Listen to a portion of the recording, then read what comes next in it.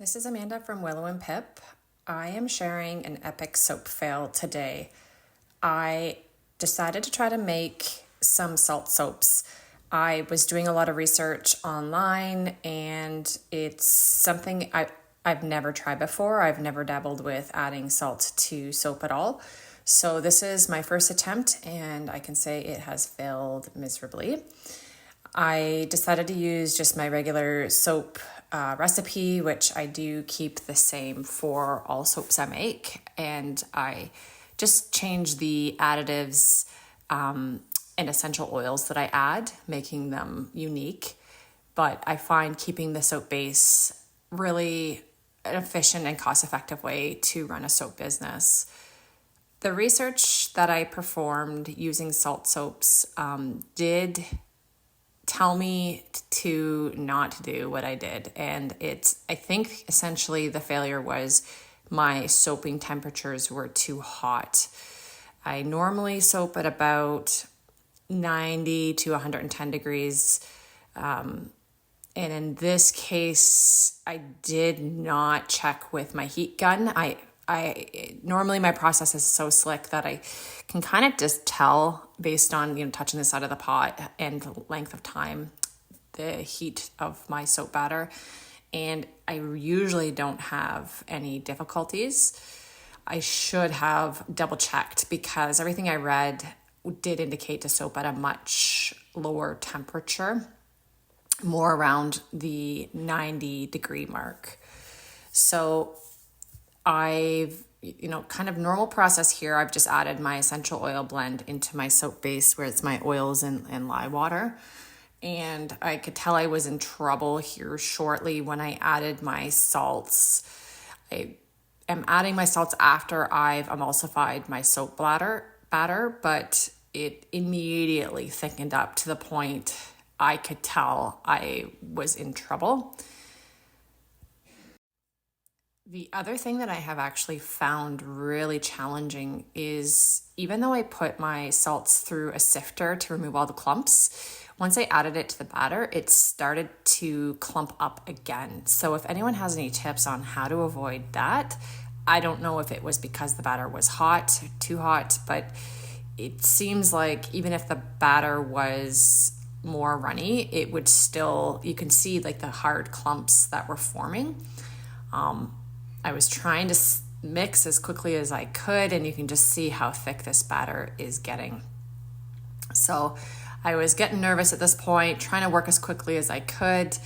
I was still, I would say, in a little bit of denial, thinking if it stopped, if it didn't keep thickening, I could probably get it in my soap molds here, but it was pretty quick after I started pouring. You could see here even the panic of let's just dump it in. And right here is it's thick, it's lumpy, it's gonna have, air pockets, just a complete fail.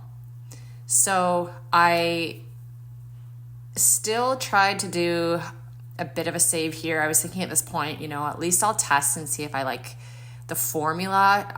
My husband and I and kids will try it, see if we like the salt in the soap.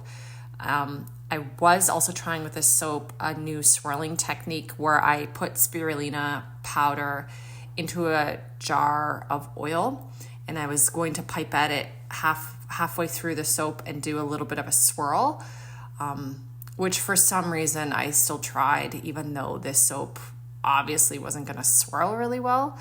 But at this point, I think I was just giving up entirely. So anyway, here's me doing this silly swirl. I don't know what I was thinking at this point, but if the soap batter was more liquid, it probably would have come out really beautiful.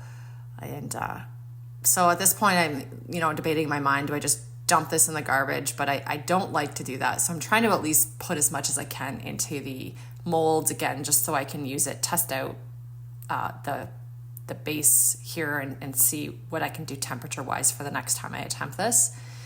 And then even as I'm, mashing this into the mold, I can see the thick clumps. The salt has reclumped into these little balls.